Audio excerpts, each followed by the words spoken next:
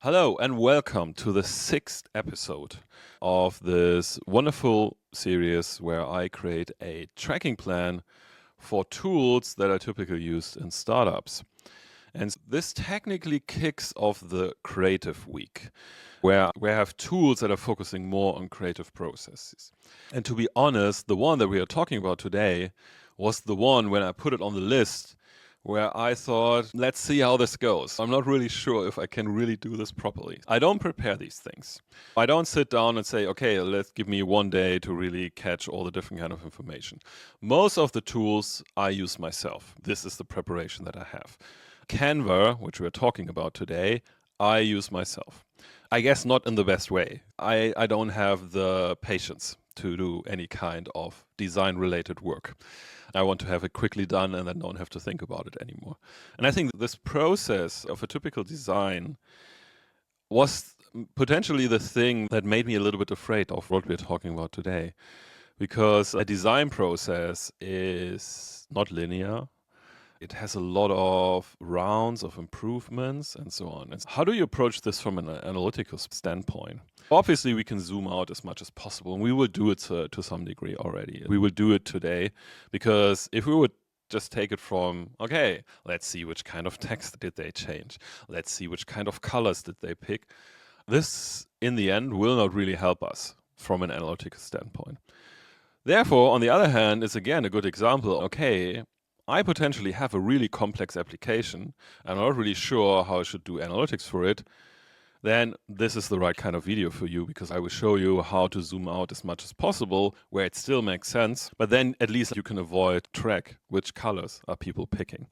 So let's get started. Let's see how it goes. What I did, what I will show you in a second, is I already prepared the whole tracking plan yesterday. So again, I create the tracking plans here in these videos together with Claude. For that, I'm using my book, which is the Analytics Implementation Workbook, which has a big chapter about event data design. When you use this within Claude, so when you buy my book, you get a mini version of it. And the mini version is not really for reading it, so you get two versions. You get the one that you can read and the other one that you can just use in any kind of Gen AI model. And then with that, I figured out that the first draft of a tracking plan is usually pretty close to how I would have created a first version of a tracking plan. And therefore, I'm using it now myself to create a first draft. And then I do basically the refactoring together with Claude. I give feedback, then feedback gets adapted, and so I do back and forth. I'm basically replacing a little bit the thing that I usually did on a whiteboard with myself. I'm replacing now basically using Claude as a sparring partner. And that works pretty well. I prepared this already yesterday, just that we don't have to wait for a lot of things. But I will walk you through what we have created, because this also gives me a little bit more space to explain design decisions. This is the major point why I'm doing this. I want to show you how you can make design decisions when it comes to your analytics setup. Because it is a lot about design decisions. A lot of things that later can cause problems in your analytics system are caused by design. And I want to just make you aware of what kind of design decisions you pick, how it might impact the later analytics experience when you work with the data. Okay, so let's get started. Here you can see, so this was my prompt. When you have watched more videos of the series, you can see that the prompt has been growing pretty significantly. We started out with some bullet points here. And so the main reason, there are two reasons for it. Reason number one, in the first videos, I was just writing it while I was recording the videos. I didn't want to spend 15 minutes to just type and then later cut it out. So I kept myself shorter. And the second reason is how it changed now when I've prepared everything is I used my usual type of work when I work with a Gen AI model. I use speech for prompting. I usually drop in all my thoughts that I have in this block and I just speak them in and just put the transcript in here. This is reason number one. Reason number two is I think in the middle of the first 5 tracking plans, I recognize that it's super interesting to add to add the strategic direction that the product currently have, because it gives us an interesting layer to the analytics setup that goes beyond the core features. And so for Canva, what I do, I don't work in any of these companies. I don't sit in any of those meetings. I don't have any insights about their product strategy. What I did here is usually what I do, I go on the homepage, and from the homepage, you usually get quite a good idea where they're trying to go. Often not from the main headline, so what will you design today, so whatever, but usually the sub-headline is a good indicator. What can we pick for here? We can pick easy, create, professional designs. Easy to create, then professional designs. So we are creating professional designs, and it shouldn't take us long to do this. And then, to see this now comes the interesting part, to share or print them. The nice thing that Canva has from an analytics standpoint is they are pretty clear about the success moment, and the success moment is measurable. At the point of time when I have created something that I'm happy with, I will download it or I will send it to a print job to get it printed and then sent to me. On the platform, I can easily identify when people end up in something that they're happy with. And since we are talking about easy, we can translate potentially into time. This is something to find out. Time is a tricky business in analytics because it often doesn't really tell you something. Potentially for Canva, since they have this high user base, if they aggregate an average time spent between, okay, I create a design and I download it, when they measure it across a lot of users, they might see some trends that could be used as an indicator for showing how easy it was.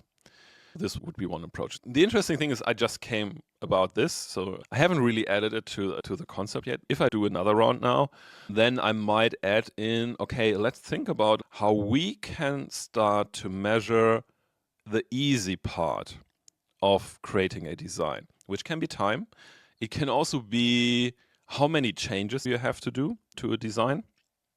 Then we come to an interesting point in a second. So this is how you can approach this. But this perspective is really interesting. I definitely want to motivate you. If you plan to create something for your company or for your own product, bring the product strategy in. You will have one, I'm pretty sure. Even when you're not 100% aware of it, speak to the people who run the product to understand where they're actually aiming for. And they all have some kind of strategic idea where they want to go to. And try to bring this in your analytics setup. Why should you do this?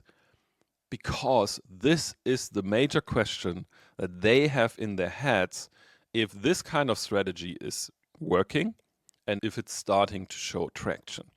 If you, from the analytics and data side, can support this, I can tell you, people will love you in your company, 100%. This is just, and the interesting thing, I sometimes did it implicitly, but I just discovered here by creating that many tracking plans that this can be an explicit step. And I will definitely pick this up now in my work to have a clear understanding where is the company going to right now. Because this is at the top of the mind of everyone. You can cover always two areas. You cover the core functionality, core use cases of a product, and you cover the strategic direction. Then you have a really good first setup or a really good setup that you can just run with for quite a long time. Okay, long talking, sorry. But this is all basically baked in here. Like here in the first part, I'm just rambling about this kind of direction. This is the nice part when you prompt by using Speak. It gives you the liberty to thinking out loud. At least this is how I do it. Maybe others are more concise. But it actually works quite well. Again, here I describe a lot what I think is the strategic angle. And then here I just describe what are the typical use cases are. This is what I advise you to do the same. Write down all the typical use cases. These are usually not that long lists. Obviously, a use case is not, someone logs in and they click here, then they do this. It's not a use case. A use case is I need a YouTube thumbnail. And so I create one in Canva by using a template. This is a use case. Not where people click. Again, clicks are not relevant for us. We are interested in use cases, not clicks. We will track clicks. I will show you in the end how we do this. But this is a side thing for us. We don't care about clicks. If you just take away one thing from here, don't care about clicks. No one cares about clicks. All right, with all this prompted, we will then get the first kind of version of the tracking plan. And so this looks like this. I'm using this framework that I developed for the book, which is the double 3-layer framework. Why double 3 layers? Because the first 3 layers are product, customer, and interaction layer. And it works like this. In the middle is the product layer. The product layer defines the use cases, jobs to be done of the product, and how we measure them. We will go into details, then you will understand from the examples. On top of that is the customer layer. And the customer layer more describes how people progress throughout the product and throughout the business relation. Do they adopt specific kind of features? Do they keep creating, or do they keep sticking with the product? Are they transferring, or are they transforming into a paying customer at some point? This is all covered in the customer layer. And under the product layer, we have the interaction layer, and there we do the clicks. Because sometimes we need the clicks. Sometimes the UI designer or UX designer want to know, oh, actually, on which kind of these mini buttons are people actually clicking? These questions come up, and it's not a good idea to tell them, we don't care. You can at least provide it, but we will provide it in a very simplistic way. I will show you. But the main work is on the product layer. This is where you lie the foundation, and this is where we start now. We look into the entities. Again, the second dimension of the 3 layers is we have entities, activities, and properties. The entities are basically the foundation of the product layer. The entities are the building blocks of your product. It takes some training and some exercise to figure out what are good entities, and in the end, it's always like a personal decision. We will get to 2 here that I deliberately choose to be an entity, which also could be not an entity in another tracking plan. I will talk about this in a second. And then activities is basically what's happening within the entity. It's often like describing a life cycle within the entity, and then property is like what describes the entity. We want to add as much context as possible as long as it's useful for analytics purposes. I might come to 1 or 2 properties where we can question this, if this is really necessary, because it might be an interesting fact, but it doesn't really help us with analytics. All right, let's get started. Product entities. We have the account and we have the user. In software as a service, this is a quite regular combination that you have an account and user, and you have these 2.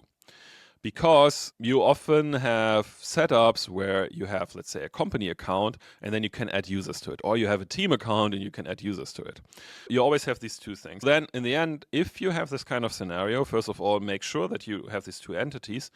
And then also make sure that your analytics tool that you're using for it can work with this. Because you actually need to have 2 identifiers that you then work with the data. Let's say if you go into Amplitude, Mixpanel, or Posttalk, so you have the group and you have the user. And so you need to have both. Unfortunately, group in these tools is often an add-on where you have to pay extra for it. Be prepared. It depends on. So the prices always change. I think it became more affordable, but always check it out. We need both. Then we have the design. Again, we always have this one, which I always call the heartbeat entity, which is driving the whole thing. Yesterday I had Asana, obviously there's the task. Before I had Vimcall, there it's the event. Then I had Superhuman, there it's the email. You always have this entity that is basically, if this keep tracking for an account or for a user, you're in good shape. So this is what the design is. This is what you do. In Canva, you create designs. Then within the design, you add assets. Is asset helpful? Yes, it might be. Because we were talking about this easy part. And if we want to collect some kind of data about understanding how easy something is, measuring asset behavior or how people use assets can definitely help us. How many assets have been added, how many been removed. In the end, it shows activity on the design. It's another level down on the design, what is happening.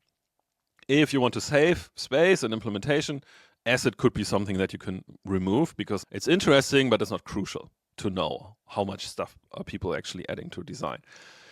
because it will not really drive your business if people add 20 texts on a YouTube thumbnail. You don't care. I don't know. Other people care who see this then later. Okay, now we have two interesting ones. We have template and brand kit. Brand kit, let's pick brand kit first, because I haven't talked about this angle. I just came up with this because I was listening to an interview by the Canva CEO a while ago, where she was explaining how important the push into enterprise is for them. Where in the end, Canva becomes a repository where the, let's say, central brand department can add specific templates and other brand assets and make it available for everyone else who is working in Canva to then use these ones, and with that create corporate identity aligned assets. It's a super interesting thing, especially I think for enterprises. And it's also like an interesting spin, because Canva was always a very, let's say, B2C-like tool, but now like to see them how they basically create this loop to also include B2B use cases is interesting, and it's an important strategic asset, and therefore I give it its own entity. I could easily create a property to say, hey, did we use a brand approved template here, or did we use brand approved assets here? We don't actually really need it as an extra entity, but by making it an entity, we're making it a strategic item. It makes it easier then for people when they go into the analytics setup to say, hey, I want to understand how our brand kit initiatives are doing, so they will immediately find the right kind of events for it. Because we will have it like brand kit created and so on. For them, you improve the user experience and you just signal, okay, we take this serious also from the analytics side. This is a design decision. You don't have to do it, but you can do it to make it easier for people to work with the data. And the same goes for template. I added template as an entity because I also wanted to cover an interesting case that I haven't covered so far, that we can change a little bit the perspective of things here. When we take a template as an entity, we look into the life cycle of a template. And there we know that this includes more than people picking a template and creating a design from it. No, there are designers who create a template. There are designers who upload a template, and there might be also an approval process in it, like a template gets approved and potentially a template gets also removed. Now, when we design it like this, we can create template-specific reports where we can show, for example, designers how their templates are doing, how well they are adopted, but we can also give it to the team that is managing the, let's say, the creative cooperation or collaboration or partnership to really see how well getting the new template is. And templates is a strong driving force or strategic driving force within Canva. Canva wants to provide professional designs. You don't provide professional designs when you give someone like me a blank canvas and tell them like, yeah, just put some text on it. It looks weird. I have the tendency to not even stick with the templates. This is why my output of Canva often doesn't really look professional, but just, yeah, I still want to do tweaks. I cannot really do it differently. But doesn't matter. A lot of people just use the templates to create a professional design. The template is the driving force to create professional designs. Therefore, we give it its own entity. Okay, so let's have a quick look into the activities. Okay, for account, we have account created, we have subscription updated, subscription cancelled. If you have watched my other videos, I won't go full in detail. I don't like to have subscription under accounts. I want to have it its own entity. This is the first feedback that I gave. Please pull it out and put it in your own entity. Then we have user activities. User can be created, user role can be changed, user can be removed. That makes sense. Role change would be a question mark if it's really important, but it might be. I think they have something like where you can have someone as a guest and then you can upgrade them as a full member. This could be interesting, then also would be really interesting to track this. What I ask here is like for feedback would be, or my feedback here would be, I might want to have something with invited, so how many users have been invited, because this is an early signal for me for expansion. I also gave feedback here for the subscription that here I really want to have a subscription expanded and a subscription contracted, because Canva is driving by user. The number of user is defining how much you pay. Therefore, expansion and contraction is much more common and is much more volatile. And therefore, I want to track it with a subscription. And I also want to have something here that can indicate for me, oh, look, there's revenue coming. 5 new people invited.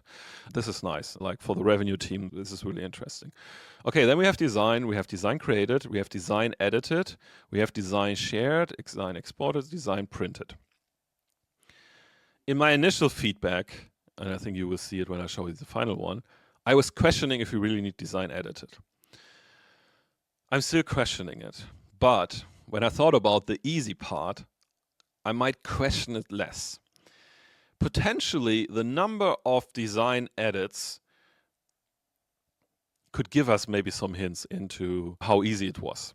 But again, there's a big question mark behind it because we are proxying a lot. We think, first of all, how do you track design edited? This is already tricky because you could do it very granular. Every time something new happens on the canvas, you track this. But then in the end, like, you're just firing. It doesn't really tell you anything. You could do it when someone is, let's say they open it up, and then at some point you look for inactivity. Let's say when they're inactive for 5 minutes on a design, we can say, okay, editing session is over. So we basically do session building.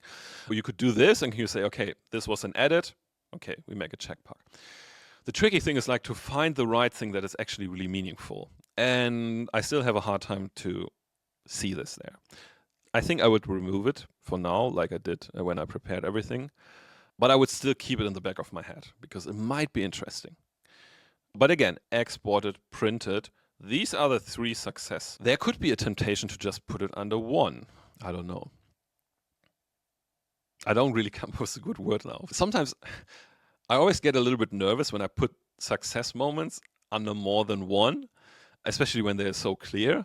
But we just keep it because from a language perspective, it's much better to have them as shared, exported, and printed.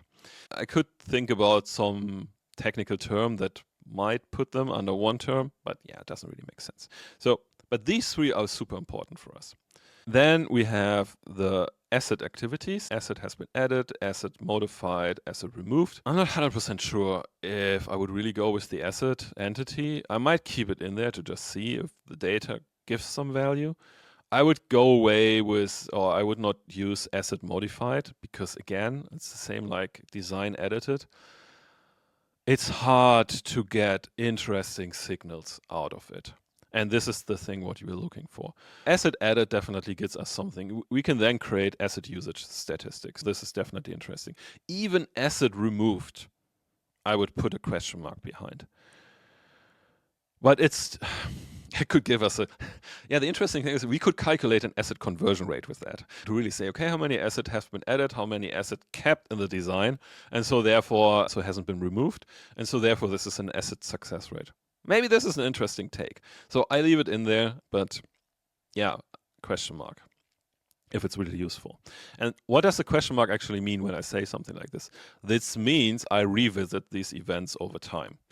If I really figure out we will never use this stuff in any kind of reports or in any kind of insight, I might come up with the decision to remove it again.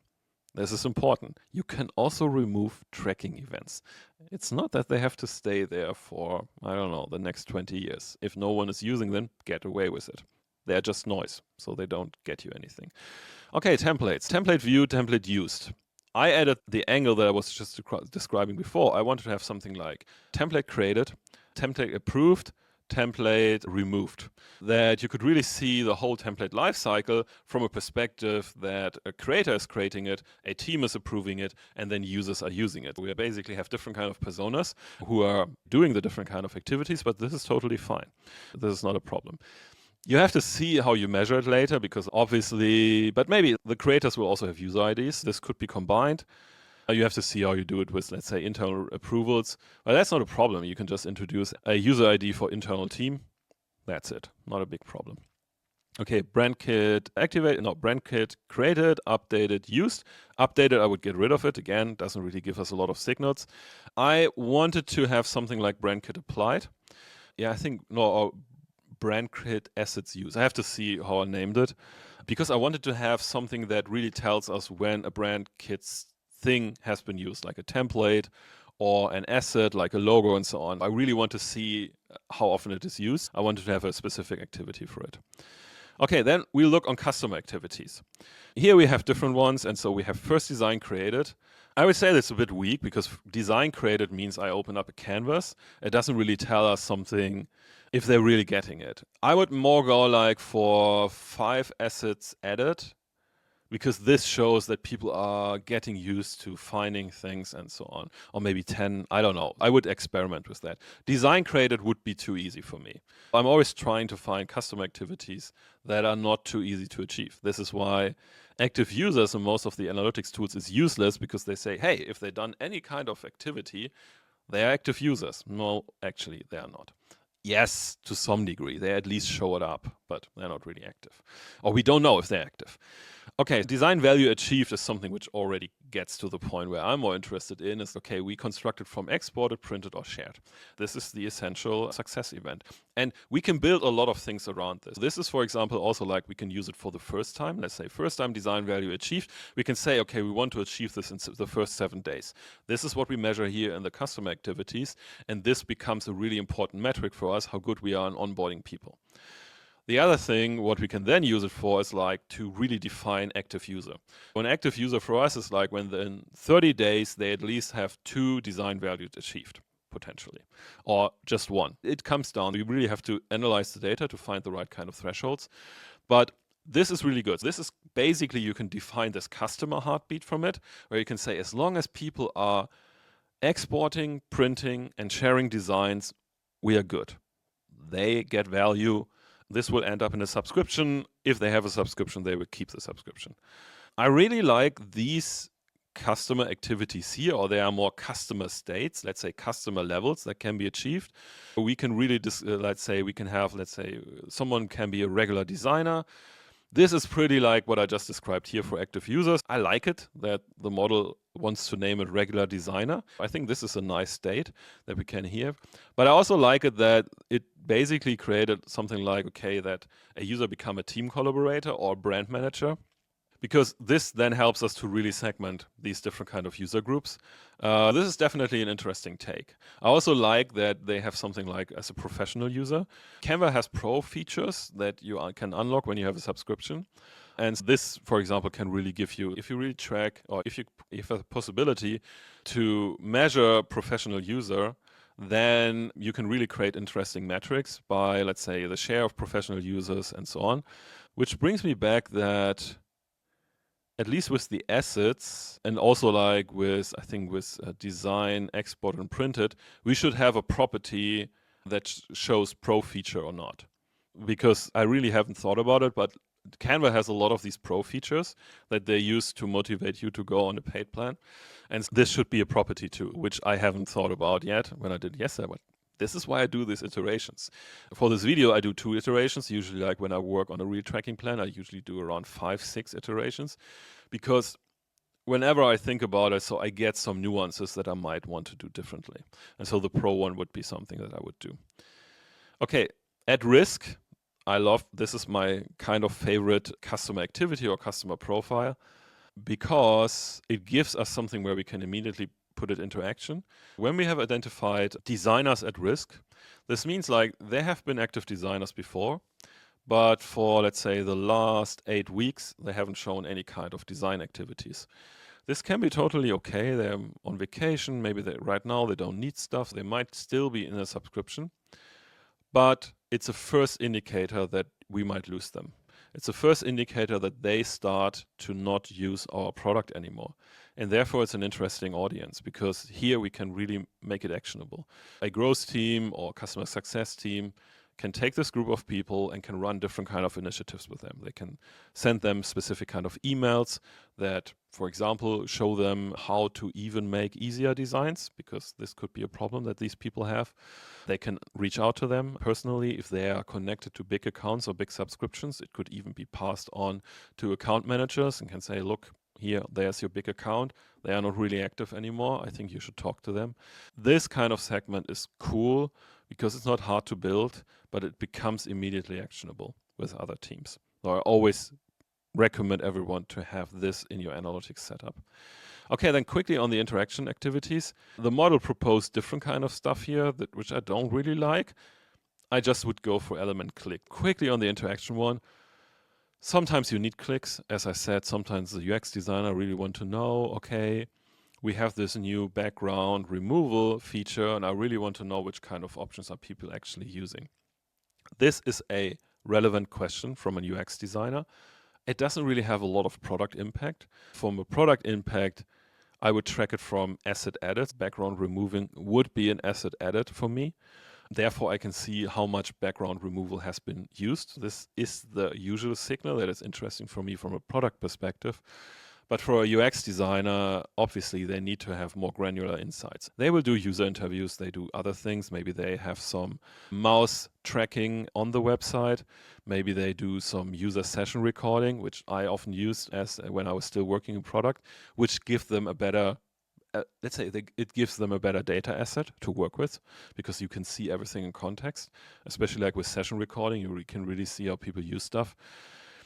But they might want to have some quantitative numbers. And so there, to have something like element clicked, where we, in the properties, we then give all the context, like element type would be a button, then element text would be background removed. Element location could be like a top toolbar, and then element target, background removed, and then element container could be the canvas. This gives you enough context property that when a designer asks and say, okay, can I please see some numbers for it, you can still pull it up, because you still find it. It's just like you don't want to introduce 20 new or 30 or sometimes 100, 200 new activities or events in the end, because this would create too much noise for the others. Therefore, we have one event element clicked and we put everything in there. And so with that, we keep the general setup clean, then can use, but still track these kind of clicks. They can be tracked in an automatic way. I described a little bit in the other videos. You can check it out there. But yeah, you can talk with developers to make sure that this stuff is always tracked. So this is possible. Okay, so much about the tracking plan. Then I created different kind of versions of it. We don't really have to go through it because I can explain everything. Let me show you the output. Here we have the output. This is like how I create the schema on Miro. I really like to do it on Miro because like it's perfect to discuss with other people this, because the visual aspect, at least it helps me, and it helps me to communicate with others.